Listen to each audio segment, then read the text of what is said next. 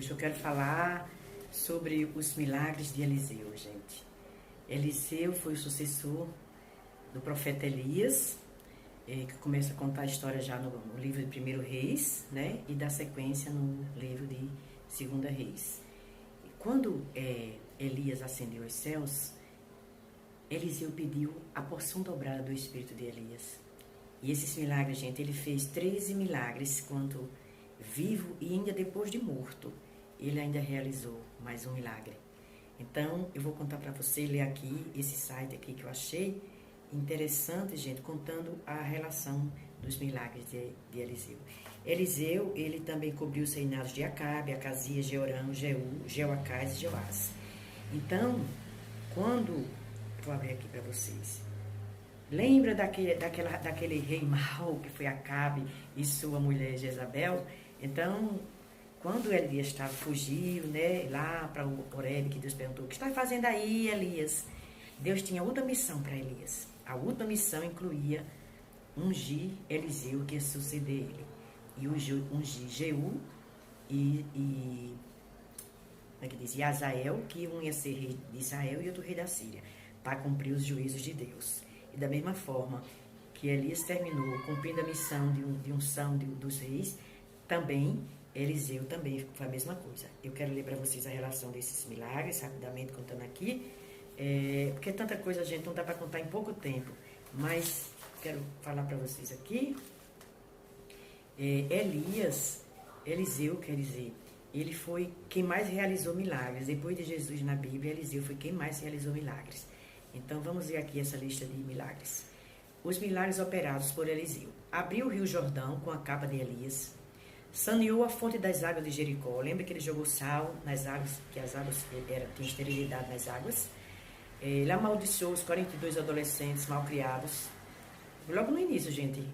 Os caras mangando dele lá, ele jogou uma maldição lá. E as russas devoraram essas crianças.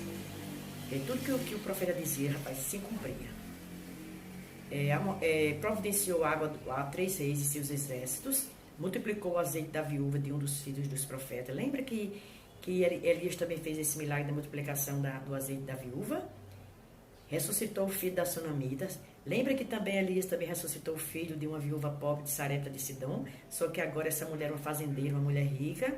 Inclusive esse filho foi profetizado por ele que ele ia ter um filho, que ele queria recompensar aquela mulher por tanta bondade, e ela não queria ser enganada. E aí o filho, depois de um tempo, morreu, mas ele deu vida, ressuscitou.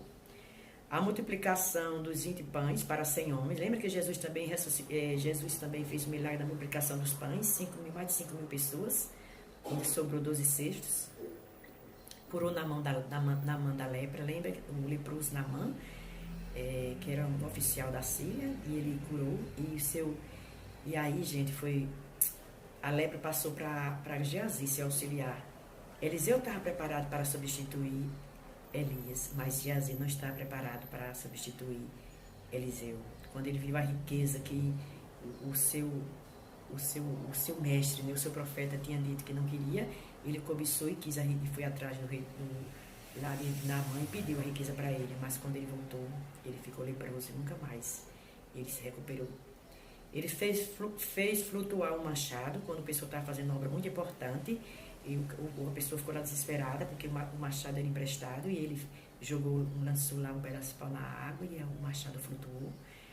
Profetizou o fim da fome em Samaria. Lembra, gente, o que ele falou, o que ele fez ali? Devolveu a visão ali, está falando de 2 Reis, 6:20, foi uma batalha lá também, que muito importante. Depois de morto, ressuscitou um defunto. Então, se Elias fez 13 milagres, fez 7 milagres, ele fez 14, 7 em vida, né? 13 em vida e 1 depois de morto. Quando lançaram o morto na sepultura de Eliseu, o homem reviveu. Gente, tudo que está aqui, toda a profecia, já vai se cumprir ou já se cumpriram. A profecia do nascimento do Messias, de Jesus Cristo, profetizado por o profeta Isaías, o profeta messiânico, aconteceu 700 anos depois. Então, naquela última missão que era para Elias cumprir, que Deus falou com ele numa brisa suave e disse para ele que ele tinha uma missão para cumprir, que era para ungir aqueles reis, então ele fez. Então, nesse momento, gente, a mesma coisa termina a missão de Elias. Porque a outra do homem que ressuscitou, ele já estava morto, mas em vida foi o mesmo tipo da missão, quando ele ungiu o Jeú pela segunda vez. Naquele momento, gente, Deus estava cumprindo, né, o juízo da casa de Acabe, né? Então usou Jeú para juízo sobre a casa de Judá e usou Azael, né, para julgamento na casa de Israel, de Judá ou de Israel. Deixa eu ler aqui um pouquinho para vocês essa passagem aqui, gente, que eu achei demais, gente, porque teve um momento também que falou que ele chorou, né? E eu queria dizer para vocês, porque Eliseu tinha uma outra virtude, gente. Ele tinha bom relacionamento com todo o povo. Ele era durão, todo profeta era assim, corajoso, ousado, dizia e o que dizia se cumpria. Mas também teve um momento que ele chorou, porque Ben-Hadad, rei da Síria, pelo visto, gostava muito de Eliseu. Porque veja mesmo, um cara que todo o tempo a Síria, né? A Síria e a Síria, o tempo todo, Deus manteve ali para juízo sobre o povo de Israel, por causa da desobediência, né? Por causa da idolatria, que foi horrível, sacrificava até seus próprios filhos. Mas eu vou falar em outro momento, para não ficar tão grande. Só quero falar mais sobre Eliseu hoje. Então, aqui no 2 Reis 8, diz assim, quero ler para vocês isso aqui. Ele ordenou a Azael, vai encontrar-se com o Ben-Hadad, né? Certa ocasião, Eliseu foi a Damasco. Ben-Hadad, rei da Síria, estava doente. Quando disseram ao rei, o homem de Deus está na cidade. Ele ordenou a Azael, vá encontrar-se com o homem de Deus e leve-lhe um presente. Consulta o Senhor por meio dele. Pergunte-lhe se vou me recuperar desta doença. Azael foi encontrar-se com Eliseu, levando consigo de tudo que havia de melhor em Damasco.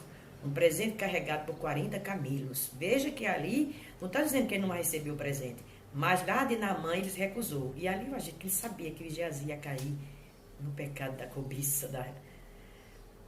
Carregado por 40 camelos, ao chegar diante dele, Azael disse, teu filho Ben-Hadad, veja como foi que Azael se dirigiu a Eliseu dizendo, teu filho Ben-Hadad, que era o rei da Síria, enviou-me para perguntar se ele vai recuperar-se de sua doença. Eliseu respondeu, vá e diga-lhe, com certeza te recuperarás.